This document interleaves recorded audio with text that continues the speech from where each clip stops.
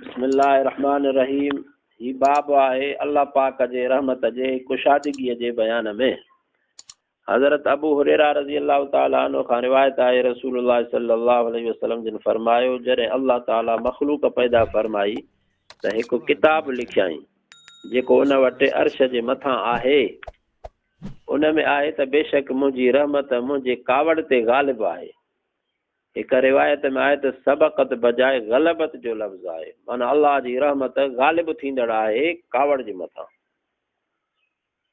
हज़रत अबू हुरैरा रज़ी अल्लाह अन्हु खां रिवायत आहे, रसूलुल्लाह सल्लल्लाहु अलैहि वसल्लम जिन फरमायो, अल्लाह ताला जूं 100 रहमतूं आहिनि, जिन मां हिकु जिन्ननि इंसाननि जानवरनि केविलनि माकोड़नि में रखियाई, जंहिंजे करे पाण में महिरबानी रहम कनि था, ऐं जंहिंजे करे वहशी जानवर पंहिंजे औलाद ते बाज कनि था। ऐं 99 रहमतूं अल्लाह ताला पाण वटि रखियूं आहिनि, जिन सां क़यामत जे ॾींहुं पंहिंजे बाननि ते रहम फरमाईंदो। अल्लाह पाक असांखे बि उन रहमतुनि में शामिल करणु फरमाए। हज़रत अबू हुरैरा रज़ी अल्लाह ताला अन्हु खां रिवायत आहे त रसूलुल्लाह सल्लल्लाहु अलैहि वसल्लम जिन फरमायो, जेकॾहिं मोमिन खे मालूम थिए त अल्लाह जी सज़ा केॾी सख़्तु आहे, त जेकर उन्हनि मां को जन्नत जी तमन्ना न करे, ऐं जेकॾहिं काफ़िर खे मालूम थिए त अल्लाह ताला जी रहमत केॾी वसी आहे, त जेकर को बि काफ़िर जन्नत खां मायूस न थिए। हज़रत बिन मसऊद रज़ी अल्लाह ताला अन्हु खां रिवायत आहे, नबी पाक सल्लल्लाहु अलैहि वसल्लम जिन फरमायो, जन्नत ऐं दोज़ख तव्हांजे जुतीअ जे कहीअ खां बि वधीक वेझी आहे। हज़रत अबू हुरैरा रज़ी अल्लाह अन्हु खां रिवायत आहे, रसूलुल्लाह सल्लल्लाहु अलैहि वसल्लम जिन फरमायो त हिकु शख़्स पंहिंजे घर वारनि सां कॾहिं का भलाई न कई।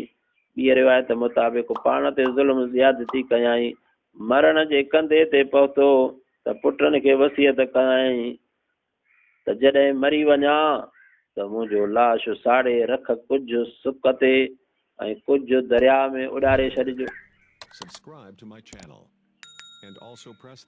का भलाई कयई कोन, पोइ जॾहिं आख़िरी वक़्तु थियसि, पोइ पंहिंजे पुटनि खे वसियत कयईं त मुंहिंजे लाश खे साड़े अधु हिसो सुक ते ख़ुश्कीअ में ऐं अधु हिसो दरिया में उॾारे छॾियो। अल्लाह जो कसम, जेकॾहिं अल्लाह मूं ते वस वारो थियो त मूंखे अहिड़ो अज़ाब ॾींदो जो जहाननि वारनि मां कंहिंखे बि न ॾिनो हूंदा। जॾहिं मरी वियो त उन्हनि ईअं ई कयो जीअं हुकुम ॾिनो हुआई। अल्लाह ताला समुंड ऐं सुक खे हुकुम कयो त संदसि रख खे गॾु करे आणियो, पोइ हुनखे जीआरे अल्लाह पाक पुछा करणु फरमाई त तूं ईअं छो कयो?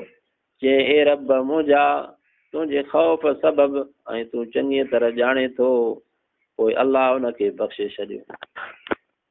जेको अल्लाह जे ख़ौफ़ जे करे ईअं कीअं, अल्लाह हुनखे माफ़ करे छॾियो।